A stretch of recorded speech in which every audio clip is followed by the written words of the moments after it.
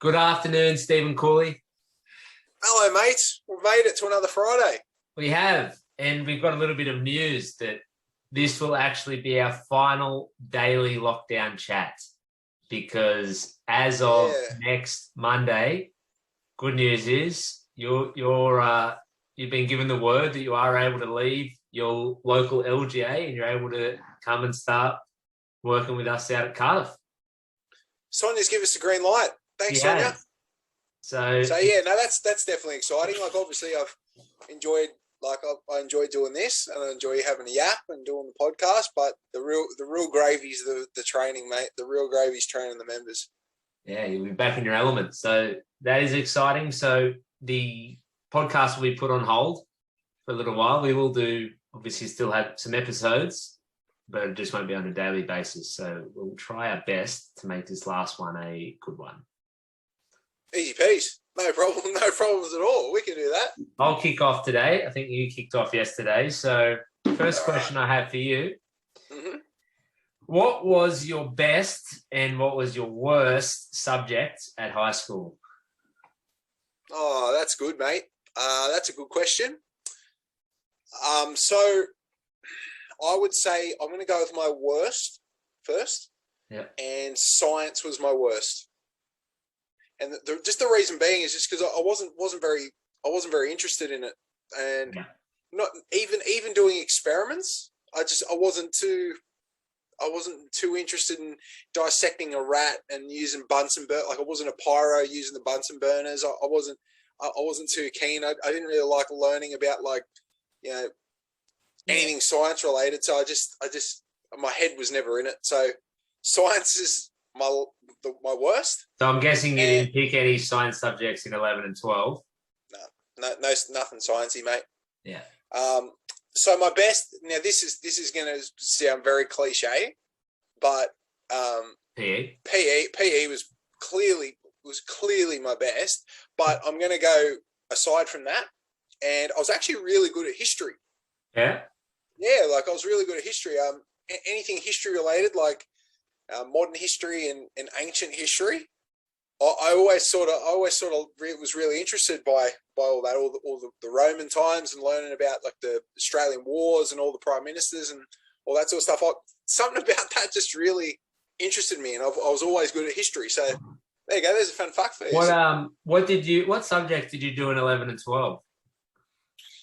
Jeez, mate, we're going back now. So that's to 2006.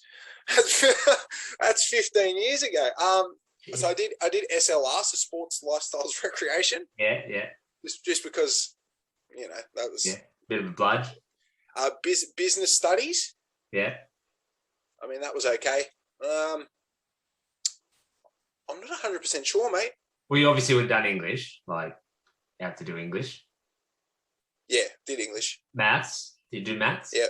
Mm-hmm. What else you got? Did you do PDHPE? I did. Yeah. So and then you might. That's 5. I think PDHPE might have actually been an elective at Curry High. Oh, well, in year 11 and 12, you have to choose it if you want to do it. Yeah, well, I did PDHPE. Yeah, and then you could have done SLR as well. Like, there was 2 different subjects. Did that? Yeah. And out of the other ones, did you do any histories, ancient or modern? I think I did ancient in year 11. Yeah. And 12. Interesting. So I was always keen on that. I always liked the history. So, like, if ever you want to quiz me on politics and Parliament, I know a little bit. I'm not talking about, like, the creme de la creme, but I know enough. Yeah, I liked ancient history. Did, like, it was like ancient Greece, Hercules and Pericles and all that stuff. Mount Vesuvius, and we did Sparta as well. Yeah. Did you learn about the pharaohs? Can't remember the pharaohs. Like ancient Rome. Oh, probably then. Oh no, I don't think I did Rome. I did Greece. I'm pretty sure that's ancient Rome. Wait. Pharaohs. I could be wrong. It's been a long time. Interesting. Yeah, I was with you. Science wasn't my jam. Like, I was similar to you, just not really interested. Yeah. Didn't really care too much for it. If I had my time again, I'd be interested in biology, because it kind of ties in with the body and whatever. But even in year 11, I did. It was called social science, which was like a sort of all the sciences combined. But I dropped that in year 11. I just didn't like it. Just like, see ya. And in year 11 and 12, my favorite was business studies. Actually, loved it. Yeah, that's what actually prompted me to want to do business at uni because I enjoyed it and was pretty good at it. Yeah. But prior to that, I was, well, some of you guys know, a bit of a mathlete. I was pretty handy with numbers. So before it got like really hard in like year 11 and 12 when it wasn't really number based, like I was pretty good with just general mathematics up until that point. So that was probably my best one. But shit, 15 years ago we were in year 11. It's insane, mate. Eh? That's nuts. Makes you feel old, that's for sure. We are getting on. We are not. We are not. I'm still young as. I don't know what you're talking about. All right. Anyway. What do you got for me? All right, mate. So we're talking about the Simpsons yesterday. Yeah. I've got a Simpsons question for you. Good. Okay. Because obviously you're talking about Matt Groening and you'd like to have him at your dinner table for a dinner at your place. Yeah. So I thought I'm going to ask you, who are your top 3 favorite Simpsons characters that aren't a part of the Simpsons family? Right, because Homer's far and away my first one. Like, obviously, right? That's just too obvious. That's too easy. That's a good one. Top 3 who aren't Simpsons characters, like Simpsons family members. Sorry, so you can't do Bart, obviously. Yeah, I gotcha. I think Ned's funny. I like some episodes with Ned Flanders in it. Like the hurricane one where it blows down his house and they repair his house and he ends up in the mental asylum. Still to this day, I still say the Ned Flanders feels like I'm wearing nothing at all. Yeah, nothing at all.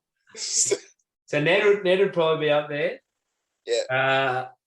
It's a toughie, mate, isn't it? Mo's a good character. I like Mo. Mo Sislak? Yeah, Mo Sislak, owner of Mo's Tavern. Some good episodes based around him, like Flamin' Mo's. That's an old classic. It's a great one. And there's another good one when he gets a girlfriend for the first time.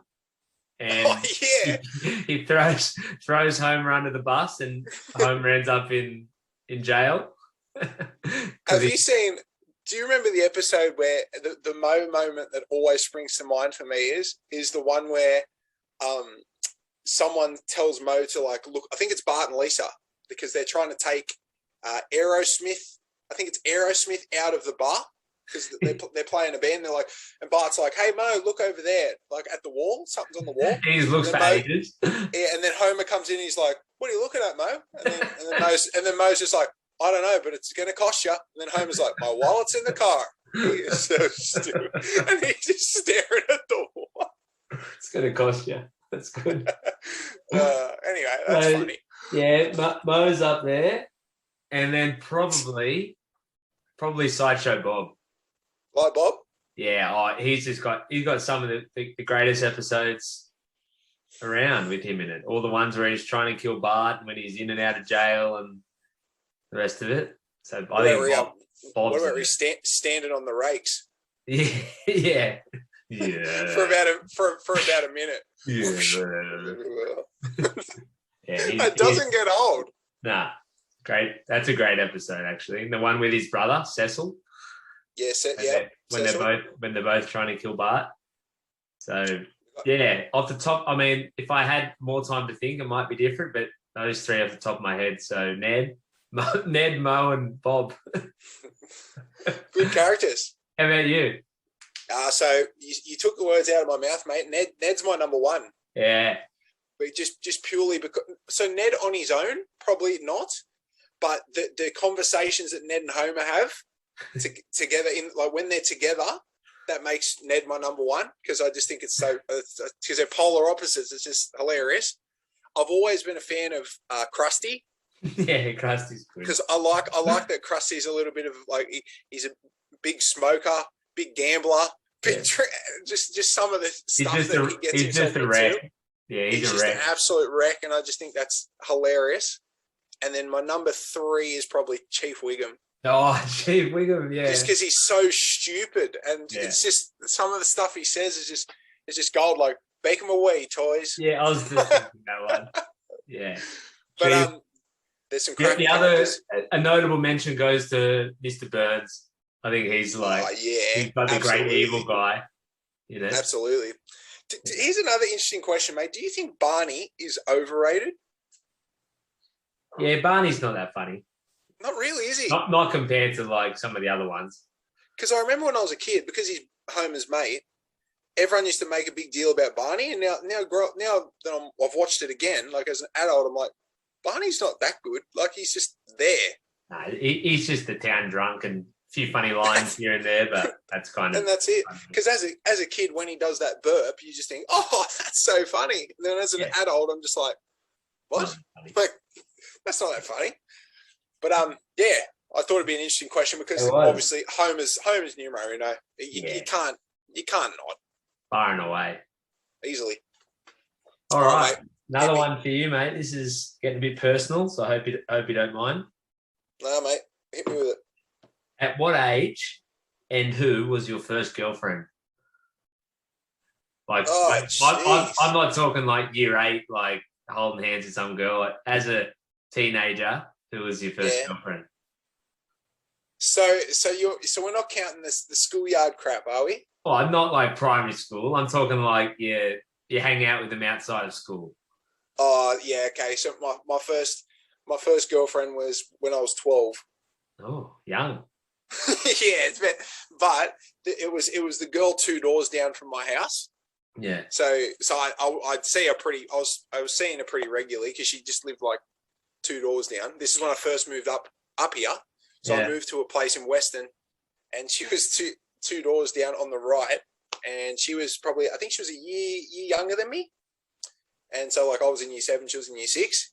It sounds so weird. It sounds so strange.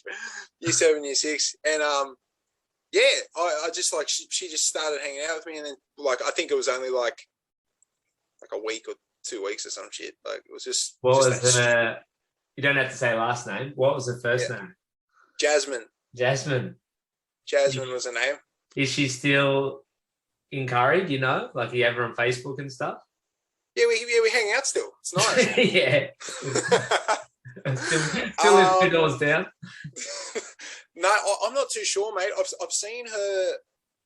I'm pretty sure I saw her brother like 2 weeks ago, but I haven't seen her for 19 years. Easily 10 years plus. What? How long did it last roughly? I think it was like 2 weeks. I was a bad boyfriend. I just wanted to play PlayStation the whole time. Leave me alone. Is that what broke you up? You didn't give her enough time? I was playing too much Simpsons Hit and Run and watching Super Saturday, the NRL when I was 12. But I still remember one day she rolled up with a friend to my house, rolled up and knocked on the door, and she planted one on me. I remember it vividly. First kiss. 12-year-old Steve-O. Steve-O was taking a break from Hit and Run, went downstairs, and that was it. Good times. Took a break from watching all your favourite Ned Flanders episodes. Yep. But yeah, I still. It's funny how you still remember that stuff, hey? Just those the little things. Jasmine. Little Jazz. Well, I'm glad you did break up, because I like Darcy, so I'm glad that sort of all paved the way for you to end up with Darcy. Yeah, well, imagine if Jasmine was just randomly listening to this. She probably is. Shout out, Jazz. Mine was yours, her name was Chloe, and I would have been 14, I think. 14. Yeah. She actually played golf, and I played golf as well. Oh, so that's it. It's over. Yeah. So she lived near me because I lived up near the golf course, and she lived actually like on the golf course. Mm-hmm. So we met through golf, and then I don't know how, but we got each other's number, started texting, and then we just started hanging out. And I don't know if we actually had like the "Are you my girlfriend? Like, will you be my boyfriend?" conversation, but we were I know that. That's so awkward. yeah. But we're hanging out for probably, I don't know, 1 to 2 months. I'd say That's good, mate. That's a long time. maybe 3 months. It was a while, and You clearly weren't playing hit and run. nah. Well, I was just playing golf, and she was just playing golf too, so it worked out good. So what happened when you split? Considering you're both still playing golf, it was pretty amicable. Like, it was obviously a bit awkward, like initially as it is, but then just kind of got I think she got a new boyfriend pretty quick, so I didn't really mind, and she moved on, so it was fine. We just said hello to each other, and that was it. And that boyfriend that she moved on with is actually Adam Scott. So funny that. Yeah. Greg Norman. Good stuff. On you, Chloe. Tiger Woods, my hero. That's why I want to have him around for dinner so I can ask him about it. Oh, bloody hell. That's so funny. So a couple of months, and then that was it. But I still have her on Facebook. She's actually dating, or maybe even like engaged or married to like a guy who was in my grade at school. So it's a bit of like a small world, because she was from a different school and stuff. Yep. But yeah, I still see her pop up and post stuff on Facebook. Give it a like every so often. Nice, mate. That's good. Yeah. You are an amicable guy. Friendly bloke. But that's nice. No, that's good. Yeah. That's nice. So, Chloe, if you're listening, shout out to you, Chloe. Her and Jasmine definitely listening. We'll tag them in this. 100%. Get them on. We'll get them on for an interview next. Good content. All right, mate. My last one for you is gym related. Yeah. Good. And I'm going to ask you that, obviously every exercise we do in the gym is, it's great, right? It works for something and it's definitely needed. But if you could pick 3 exercises to never do again that you just be like, see ya, what would it be? Because they suck, or because I don't, like, as in because they're hard, or because I don't think they're that useful? No, but just 3 exercises that when you do it, you don't enjoy them as much as the others. Yeah. You're like, shit. Yeah, okay, I got you.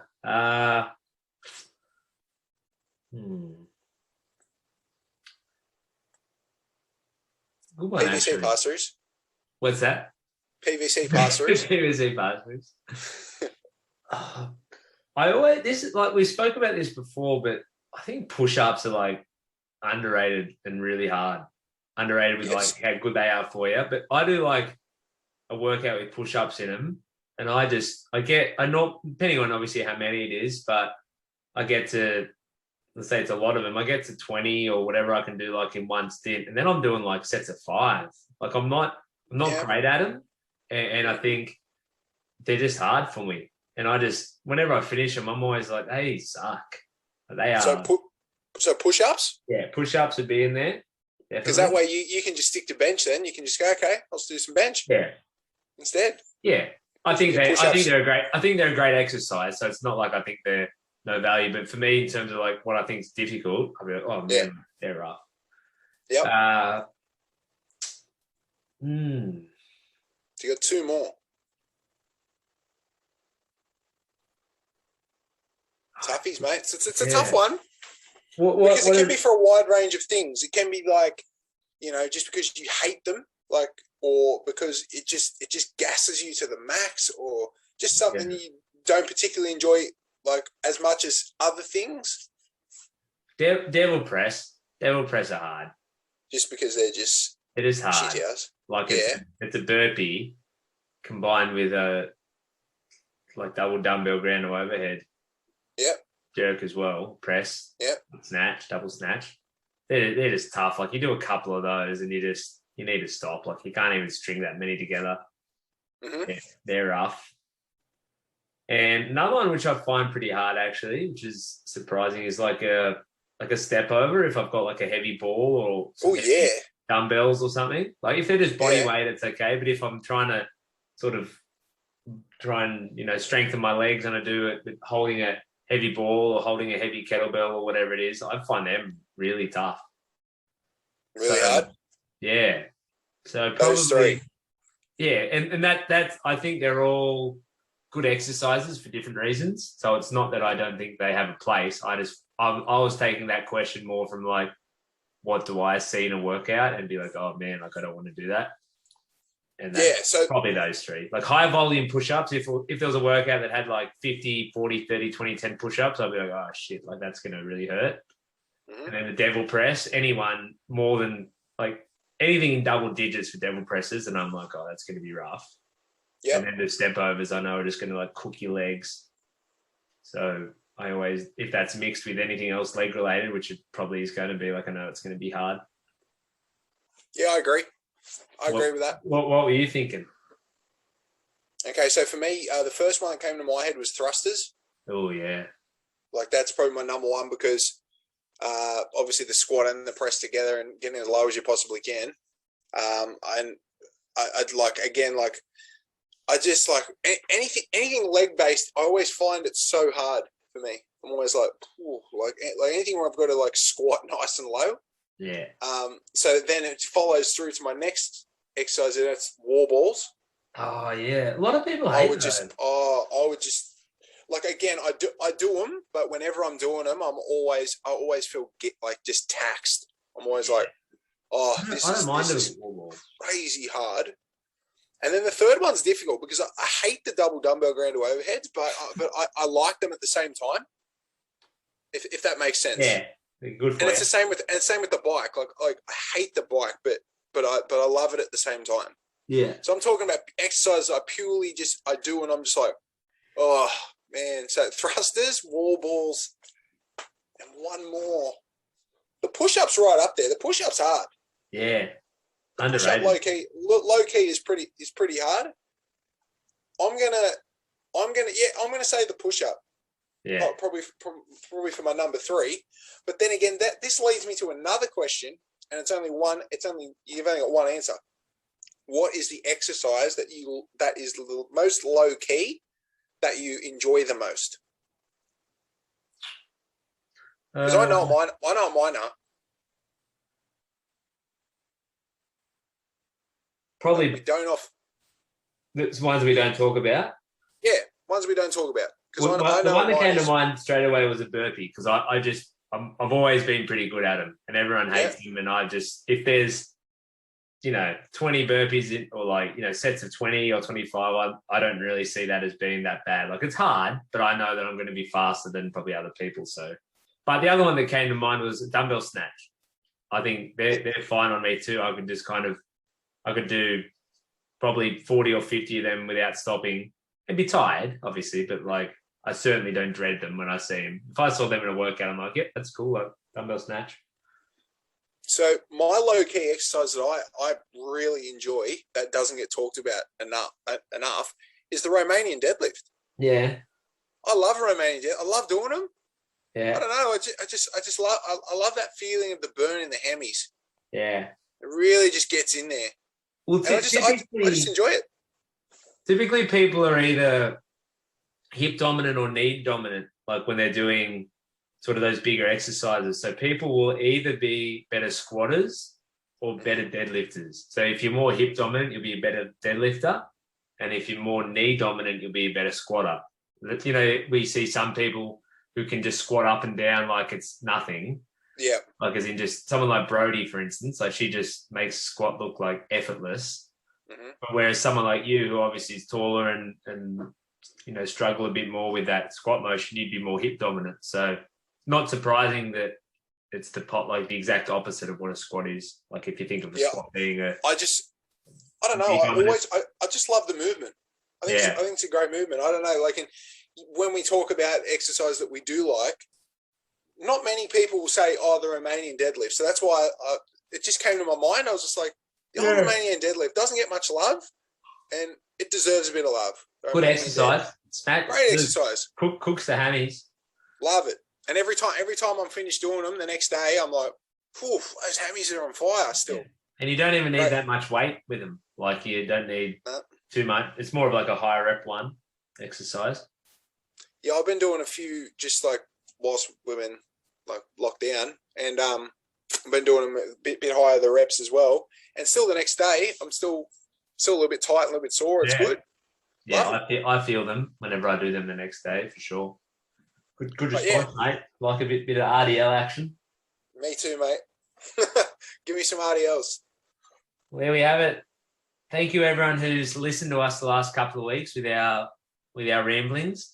Helped keep us both sane and keep us connected because we haven't seen each other in weeks either. So it's been nice just to chat and gas bag about a few different things. It's definitely kept me sane. It's definitely kept me sane talking and knowing that like members are going to hear what I've got to say and having a yacht with yourself, and then like getting on at a certain time, knowing that I've got like something to look forward to at this time. Yeah. So I love a gas bag, as you all know. So I've loved it. Plenty of good content to re-listen to in the future. Oh, heaps, plenty. And this might, you never know. This could actually be a trivia question in 12 months' time. Is Steve and Mitch's first girlfriends? What are their names? Yeah. So be on the lookout. Only the diehards will know. Brooke Hughes, shout out again. 100%. She'll get this in 12 months' time. Yeah, she'll tell me on Monday. She'll be like, "How's Chloe going?" Yeah, 100%. But no, it's been good. Thanks, everybody. We'll be sure to chat to you all again soon. Thanks, gang.